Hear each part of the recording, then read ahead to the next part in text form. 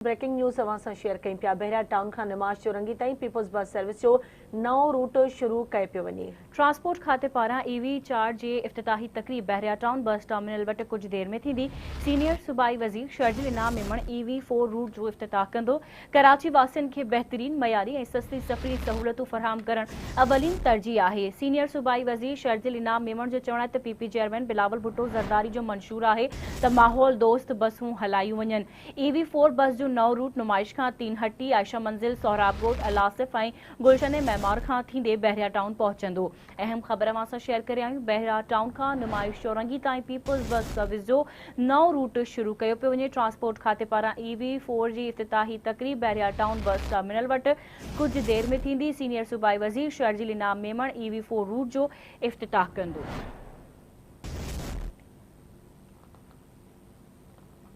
अहम ख़बर अवां सां शेयर कयूं पिया। बहरिया टाउन खां निमाज चौरंगी ताईं पीपल्स बस सर्विस जो नओं रूट शुरू कयो पियो वञे। ट्रांसपोर्ट खाते पारां EV 4 जी इफ्तिताही तकरीब बहरिया टाउन बस टर्मिनल वटि कुछ देर में थींदी। सीनियर सूबाई वज़ीर शर्जिल इनाम मेमण EV 4 रूट जो इफ्तिताह कंदो। कराची वासियुनि खे बहितरीन मयारी ऐं सस्ती सफ़री सहूलियतूं फ़राहम करण अवलीन तरजीह आहे। शर्जिल इनाम मेमण जो इहो चवणु आहे। इन हवाले सां तफ़सील मालूम कंदासीं। कराची मां आवाज़ न्यूज़ जे रिपोर्टर शाहिद मीर सहतो खां। जी शाहिद, कहिड़ा तफ़सील आहिनि, अपडेट कजो।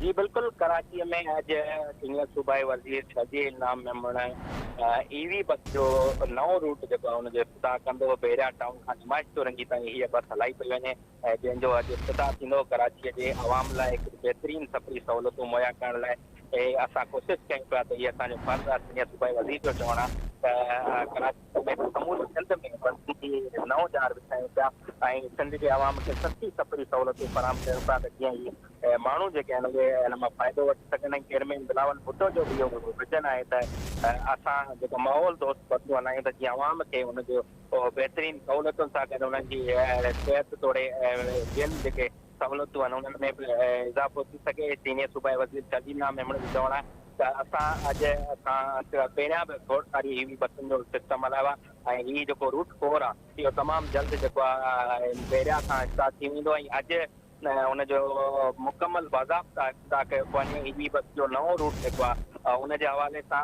ट्रांसपोर्ट जे सेक्रेटरी अरशद ज़ामिन जो चवणु हुयो त EV बस 4 जेका आहे उहा नओं रूट अॼु तीन हट्टी खां आयशा मंजिल, सोहराब रोड, आलासिफ ऐं गुलशन मेमार खां थींदो बहरिया टाउन ते पहुचंदो, जीअं अवाम जेको आहे उहो सहूलियतूं हासिलु करे सघे। ही उहे रूट आहिनि जिते आम सफ़री सहूलियतूं तमामु घटि हूंदियूं ऐं हुकूमत पारां इहो सस्ती ऐं मयारी सहूलियत फ़राहम कई पई वञे ऐं बहरिया खां वठी कराची ताईं हाणे जेको आम माण्हू जो सफ़र हूंदो उहो तमामु घणो आसान थी वेंदो। गॾोगॾु मां तव्हांखे ॿुधाईंदो हलां त अॼु कुझु ई देरि में सीनियर सूबाई वज़ीर बहरिया टाउन पहुचंदो जिते हिननि बसुनि जो इफ्तिताह कंदो। जी ठीकु आहे शाहिद, तव्हांजी महिरबानी अपडेट करण लाइ।